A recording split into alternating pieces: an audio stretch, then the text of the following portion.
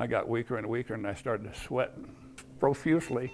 Richard Henley had no idea why his body was failing him. I didn't pass out completely. When surprise firefighters arrived, they found the 78-year-old struggling. He needed to get into the hospital. He needed some help. What he needed, firefighters knew, was an ambulance. Right about 13, 14 minutes into the call, I still hadn't gotten a response from an ambulance yet.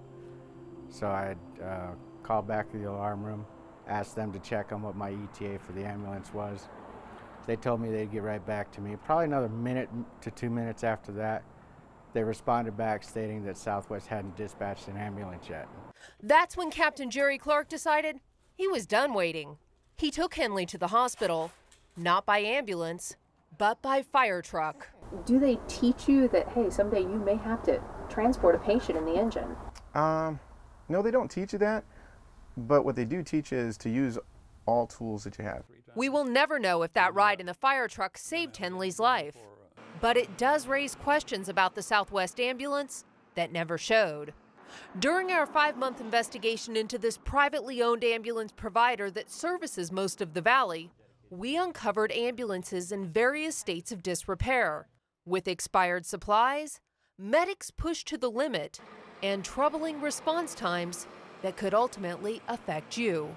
We started hearing complaints from some of our crew members that they were having long extended response times. Surprise Fire Chief Michael White noticed a problem with Southwest's response times more than a year ago. You guys are in the business of saving lives. Is a 15-minute ambulance response time, or even 20 minutes, acceptable? No, it's not. Our investigative unit went through thousands of emergency transport calls in the West Valley for a 6-month period. The state requires providers to respond in less than 10 minutes, 90% of the time. But when the clock starts is up for dispute. Southwest times from the moment its medics hit the door. By its own calculations, Southwest only hit that 10-minute mark in Surprise 77% of the time. But the fire department has tougher standards, saying the clock starts when the call comes in. In that case, Southwest meets requirements in Surprise only 51% of the time, taking as long as 20, 30, even 40 minutes and longer on some of the calls. I've been doing this a long time, yeah, it gets frustrating. This Southwest medic tells us crews now sit on street corners across the West Valley to wait for calls, just to lower response times. And that's exactly what we found in Surprise, Glendale, and Peoria. The result? Response times are about a minute shorter, but at what cost? It has affected medics. I know one guy who's passed out, whose blood pressure went down. Myself have been felt very nauseated by the end of the day, just drinking literally a gallon of water throughout the day, just trying to stay hydrated. Are you aware that one of your medics needed medical treatment after sitting in an ambulance with a broken air conditioning unit on a street corner for hours? I'm not aware of the incident of the air conditioner being broken. I would think, as the president of this company, if you had a medic that was taken to the hospital, you would want to look into exactly why that happened. Was the air conditioning broken? Was the truck not working properly? Yes, I do see your point on that. I do know that we have investigated the incident. I don't have that specific outcome. Our investigation uncovered more than half of Southwest ambulances are either broken, missing life-saving equipment, or have expired supplies.